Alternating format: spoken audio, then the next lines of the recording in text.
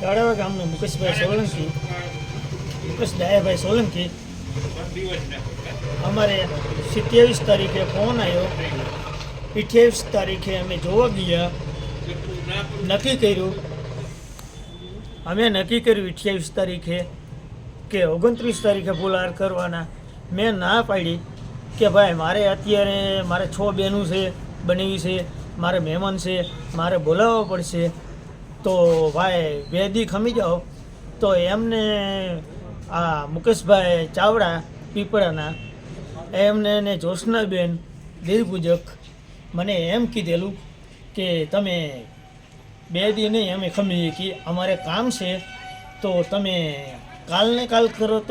તો કાલને કાલ તો હા પાડી દીધી અમે, કેમ કે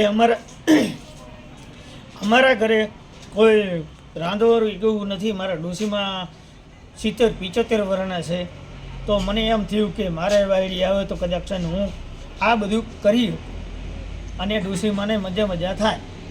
તો અમે કીધું હા. તો 29 તારીખે કે ફુલહાર તમે રાજકોટ આવીને કરી જાઓ. તો રાજકોટ અમે કીધું હા આવી જાય. તો અમે અહીંથી ઘરથી નીકળ્યા ચરાડવાથી, તાલુકો હળવદ, જિલ્લો મોરબી.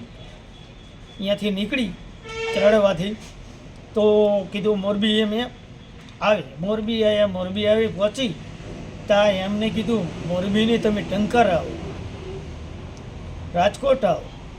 રાજકોટના બદલે અમે ટંકારા પહોંચ્યા. ટંકારાથી કે તમે અહીંયા ઊભા રહ્યો.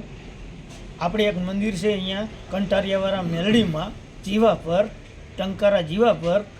અહીંયા આવી જાઓ એટલે આપણે અહીંયા કરી દો. તો અમે 1.5 થી 2 કલાક ટંકારા રાહ જોઈ. આમ નામ ફેરવતા અમને ટંકારા ઊભા રાખ્યા અને મોડું થઈ ગયું. બપોરના 2 થી 2:30 વાગી ગયા. ત્યારે આવ્યા ટંકારાવાળા મેળડીમાં એ પહોંચ્યા. અમે ફુલહાર કર્યા, વિધિ જે પ્રવૃત્તિ હતી એ કરી અને પછી અમે 1 લાખ રૂપિયા અહીંયા ગણી દીધા.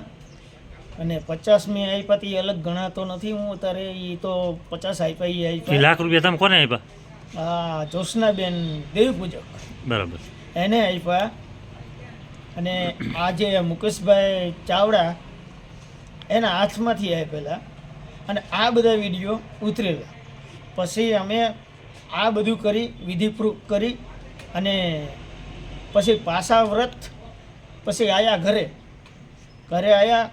એટલે 29ની તારીખે એક રાત અને બપોરે જમી અને કે મારે પાછા પગ વારવા જવા છે.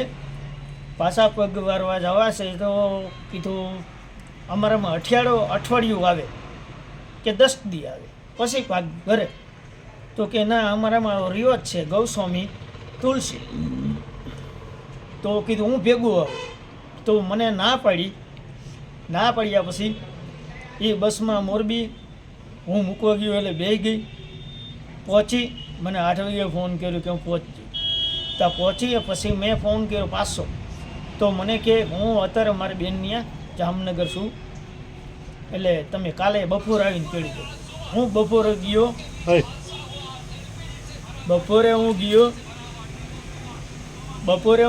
એટલે મને તાળા મારે એવું તમે ફોન કરેલ જ્યોત્સનાબેન માસીને. માસી કહેતો તું જ્યોત્સનાબેન, મને નામે નથી ખબર.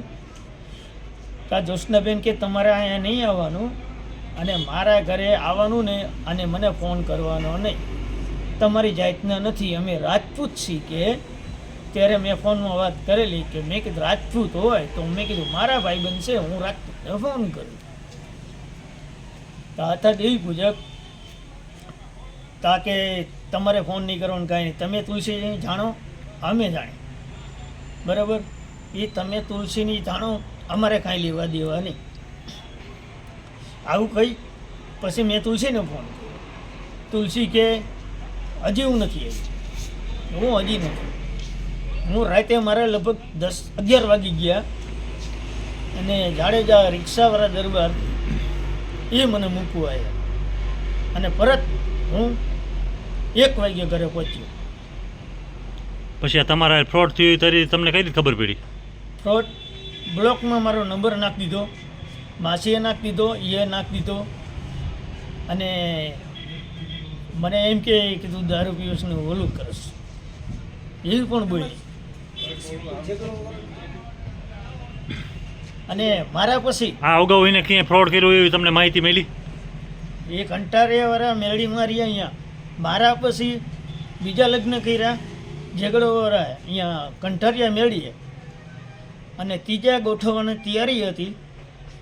તો આ જે મુકેશભાઈ ચાવડા રહ્યા ને એમને મોબાઈલમાં હાના કરી અને કાંઈક જે એને થતું હોય એ કર્યું હોય એને શબ્દોમાં. તો પછી હવે તમારી માંગ શું છે?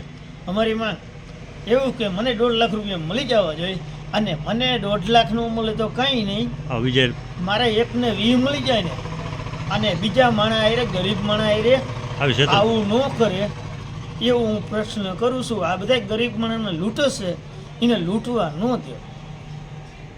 એટલું બોલો પહેલાં. કોઈ બેન ડાયાભાઈ બોલી છે કે મેં મારા છોકરા સારું આ ગરીબ માણસ છે મેં રૂપિયા ભેરા કર્યા હતા તે મેં મારા છોકરાનું કર્યું અને આ બાઈ બધું લૂંટીને વહી ગઈ. હું તળાવ ગામનો મુકેશભાઈ સોલંકી. મને તુલસી આવી રીતે આ બધે લગ્ન કર્યા ને ઓલું કર્યું માસી અને આપણે મુકેશભાઈ ચાવડા એવી રીતે જોવા લઈ ગયા અને મને લગ્નનું ફાંસ દીધી અને મારી હારે આવું કર્યું અને મને એમ કીધું આ મને